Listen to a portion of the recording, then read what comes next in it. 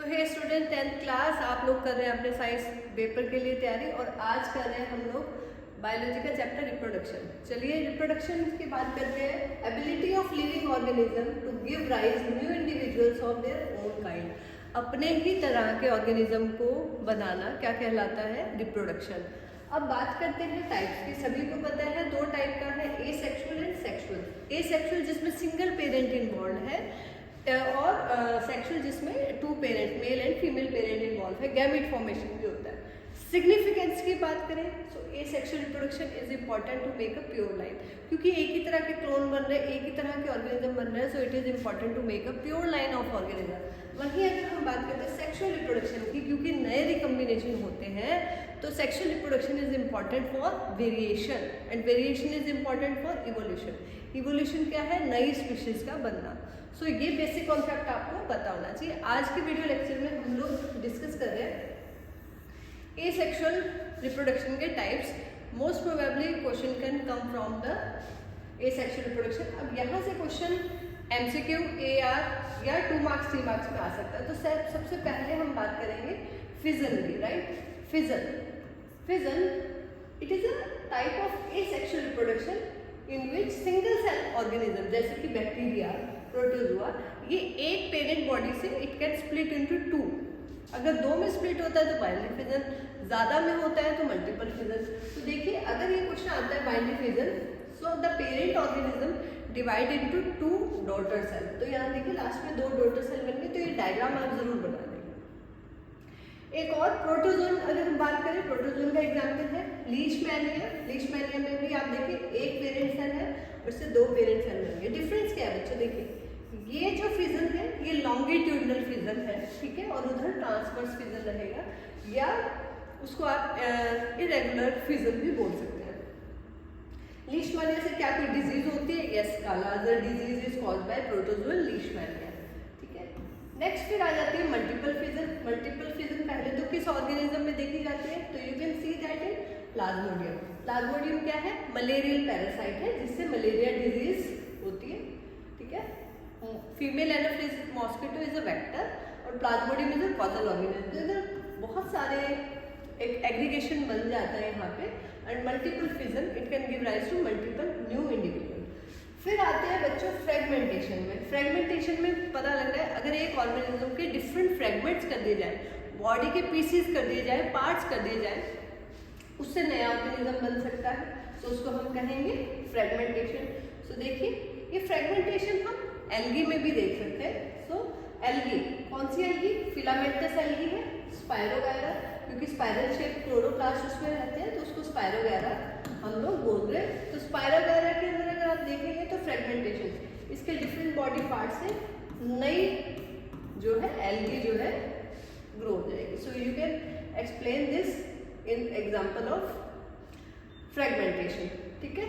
अब बात करते हैं कॉम्प्लेक्स ऑर्गेनिज्म की, मल्टी सेलुलर ऑर्गेनिज्म की, कि वहाँ पे फ्रेगमेंटेशन या cell to cell division, binary division, ये सब क्यों नहीं हो सकता? सो देखिए multi cellular organism having the complex body type, तो हर ऑर्गन की सेल्स अलग है, तो सबका बाइनरी फिजन या सबका cell to cell division is not possible at all.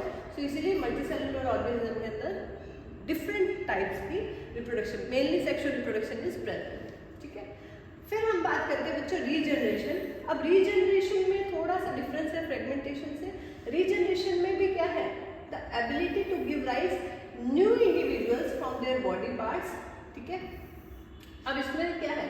Give rise to new individual organism from their body part. जैसे अगर आप देखते हैं कि एक स्टारफिश है, राइट? स्टारफिश है, उसका एक आर्म टूट गई, ठीक है, ब्रेक हो गई, so the arm can give rise to new starfish, नई स्टारफिश बन जाएगी। So it can call regeneration. या जो लॉस्ट पार्ट है वो भी दोबारा रीग्रो हो जाएगा, that is also called regeneration.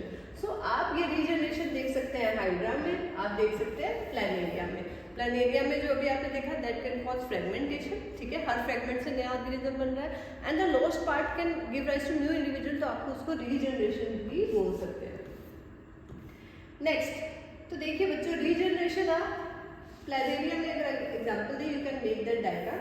देखिए प्लैनेरिया है, यू कैन सी दैट। तो प्लैनेरिया को अलग अलग बॉडी पार्ट्स में यहाँ पे कट कर दिया, पूरा नया ऑर्गेनिज्म यहाँ पर बन नेक्स्ट बात करते हैं बडिंग की। अब बडिंग क्या है? External outgrowth on the parent organism. Hydra में आप देख सकते हैं, ईस्ट में आप देख सकते हैं। सो हमारी एनसीईआरटी में गिवन है।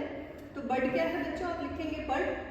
अगर क्वेश्चन आता है बडिंग पे तो आप ये जरूर लिखेंगे ऐसे कि हाइड्रा का इस तरह से आप डायग्राम बना सकते हैं। बड क्या है?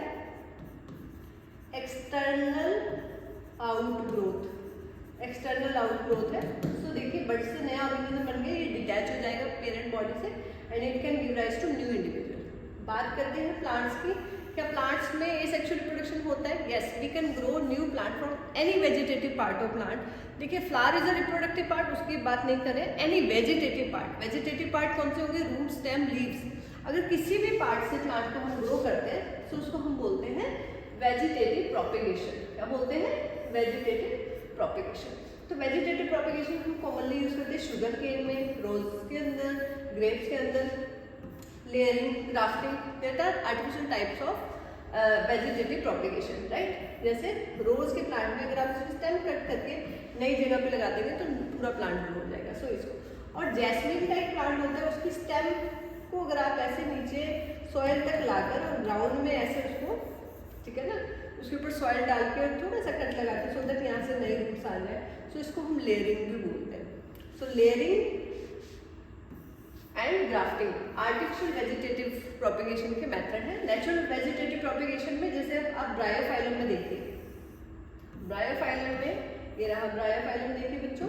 सो आप एक लीफ को लिया, आपने ब्रायोफाइलम के लीफ को लिया, सॉइल में डाला, तो ये देखिए जो यहाँ पे लेटर साइड में कट है, यहीं से नया लीफ जो है ग्रो हो गया। So leaf can be used directly for the vegetative propagation, ये नेचुरल में आएगा। फिर हम बात करते हैं बच्चों टिश्यू कल्चर की, ठीक है, टिश्यू कल्चर की बात करते हैं। टिश्यू कल्चर को और क्या बोलते हैं बच्चों? Micro propagation. बहुत किसी सेल से भी हम ग्रो कर सकते हैं ना नया प्लांट, माइक्रो प्रोपेगेशन। तो सबसे पहले तो बच्चों बात आती है कि अगर हमने एक सेल से स्टार्ट किया, वो सेल प्लांट के किसी भी पार्ट से हो सकता है, जिस पार्ट को हमने यूज किया उसको कहेंगे एक्स प्लांट, ठीक है। और जब वो सेल हमने ली है तो थोड़े दिनों में वो ग्रो होकर एक अनडिफरेंशिएटेड मास बन जाएगा, जिसको हम कहेंगे callus, undifferentiated mass of cell. थोड़े दिनों में बच्चों कैलस से बन जाएगी छोटी छोटी प्लांटलेट्स, और उन प्लांटलेट्स को हम फील्ड में शिफ्ट कर सकते हैं, पूरा बड़ा प्लांट हमारे पास आ जाएगा। सो क्या इंपॉर्टेंस है टिश्यू कल्चर की? सो डिजीज फ्री प्लांट अगर हमें ग्रो करने हैं, सो हम अगर सीड से डिजीज प्लांट में आ रही है, so we can use and disease free part, जैसे मेरिस्टेमेटिक टिश्यू का पार्ट हम ले सकते हैं, डिजीज फ्री रहेगा, वायरस फ्री रहेगा, उसको हम ग्रो करेंगे। एंड ऑर्नामेंटल प्लांट्स को हम लोग जब ग्रो करते हैं आउट ऑफ सीजन या ऑफ सीजन हम ग्रो करते हैं, सो ऑर्नामेंटल जो डेकोरेटिव पर्पज के लिए यूज होते हैं, तो उस केस में भी हम टिश्यू कल्चर को यूज करते हैं। एक और एसेक्सुअल रिप्रोडक्शन में पार्ट आता है, दैट इज स्पोर फॉर्मेशन। और स्पोर फॉर्मेशन क्या है? जैसे प्लांट को ग्रो करते हैं सीड से, ऐसे ही स्पोर्स होते हैं एल्गी के अंदर, फंजाई के अंदर, जहाँ स्पोर से पूरा नया ऑर्गेनिज्म बनता है बच्चों।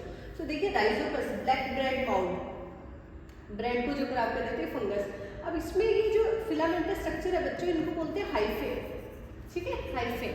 ये रिप्रोडक्टिव पार्ट नहीं है, एकदम लॉन्ग फिलामेंटल स्ट्रक्चर। बट ये जो आपको ऐसा दिखाई दे रहा है, ठीक है, ऐसा सर्कुलर का स्ट्रक्चर आपको दिखाई दे रहा है, इनको हम क्या बोलते हैं? स्पोरेंजिया। ब्लॉब और स्टिक जो आपको इस टाइनी स्ट्रक्चर दिखाई दे रहे हैं, ये स्पोरेंजिया। स्पोरेंजिया के अंदर बनते हैं बच्चों, फ्रूटिंग बॉडी भी बोलते हैं इनको, स्पोर्स। और जैसे ही ये स्पोरेंजिया स्प्लिट होता है तो ये स्पोर्स बाहर गिरते हैं, और जहाँ पे ये स्पोर्स गिरेंगे वहाँ पे नया फंगस जो है ग्रो हो जाएगा। So this method is called sporulation, और इसको हम स्पोर फॉर्मेशन भी बोलते हैं।